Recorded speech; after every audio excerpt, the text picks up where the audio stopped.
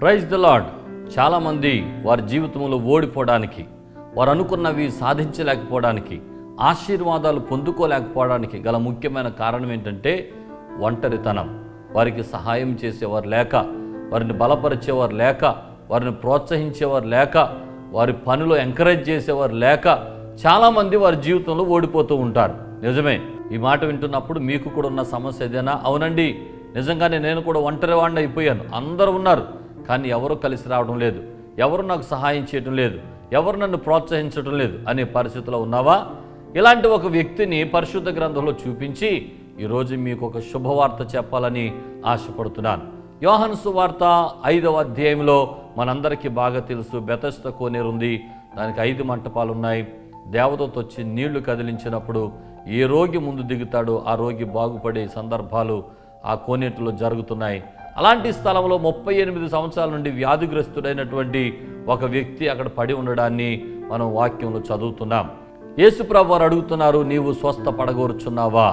ఎంత అద్భుతమైన మాట. ఈ మాట చెప్పగానే ఏమనాలి? అవునయ్యా, నాకు స్వస్థత కావాలి, నాకు విడుదల కావాలి. ఎంతోమంది నా కళ్ళు ముందే బాగుపడి వెళ్ళిపోతున్నారు, కానీ నేను బాగుపడలేకపోతున్నాను, నాకు స్వస్థత కావాలి అని అడగాలి కదా. కానీ ఆ వ్యక్తి అలా చెప్పలేదు. ఒక విషయాన్ని చెప్తున్నాడు.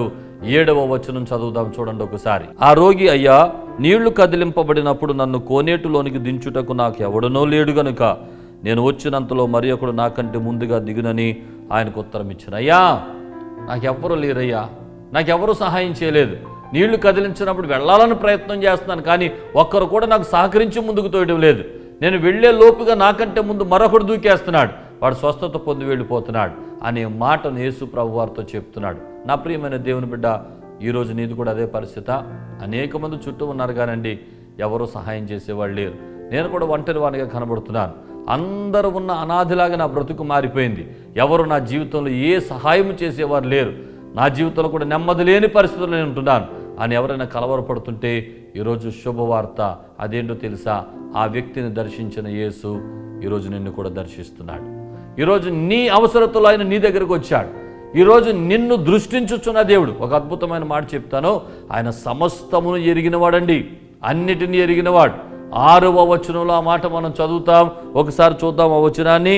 6వ వచనంలో, యేసు వాడు పడి ఉండట చూచి వాడు అప్పటికి బహుకాలము నుండి ఆ స్థితిలో ఉన్నాడని ఎరిగి, అది ఆయనకు తెలుసు సమస్తం, ఎప్పటి నుండి వీడి పరిస్థితి ఇలాగే ఉందని యేసు ఎరిగి, యేసు తెలుసుకొని, నిజమే, ఈరోజు ఎంతకాలం నుండి నీ పరిస్థితి ఇలాగుందో, ఎంతకాలం నుండి, ఎన్ని సంవత్సరాల నుండి మోడి బారిపోయిన జీవితంతో ఉన్నావో, ఎన్ని సంవత్సరాల నుండి కలతలతో, కన్నీటితో, వేదనతో, నిద్రలేక నీ జీవితంలో సమస్యలతో తల్లడిల్లిపోతున్నటువంటి వ్యక్తిగా ఉన్నావో, సమస్తమును యేసుకు తెలుసు. రోజున నీవేమై ఉన్నావో అది యేసుకు తెలుసు.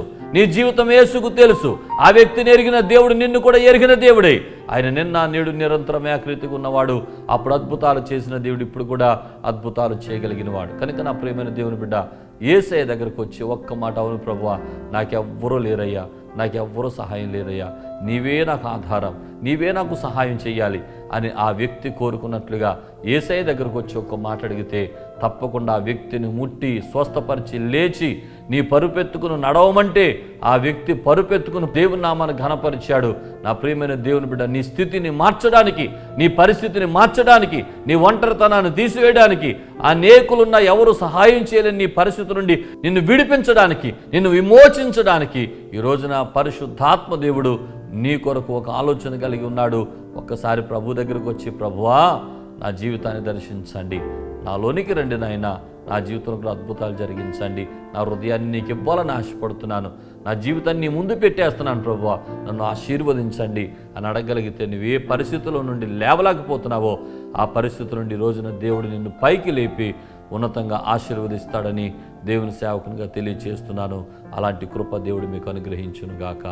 ఆమేన్. ప్రార్థన చేద్దాం. పరిశుద్ధుడు అయిన మా తండ్రి, ఈ మాటలు వింటున్న వారిలో ఎవరు ఒంటరితనం చేత బాధపడుతున్నారు, నాకెవ్వరూ లేరని ఎవరు నలిగిపోతున్నారు, వారి జీవితంలో కృంగిపోతున్నారు, అటు బిడ్డల కొరకు ప్రార్థిస్తున్నాను. ఒంటరిగా ఉన్న ఆ 38 సంవత్సరాల నుండి బాధపడుతున్న వ్యక్తి దగ్గరికి వెళ్ళారు, ఆ వ్యక్తిని ముట్టారు, స్వస్థపరిచారు, పైకి లేపారు.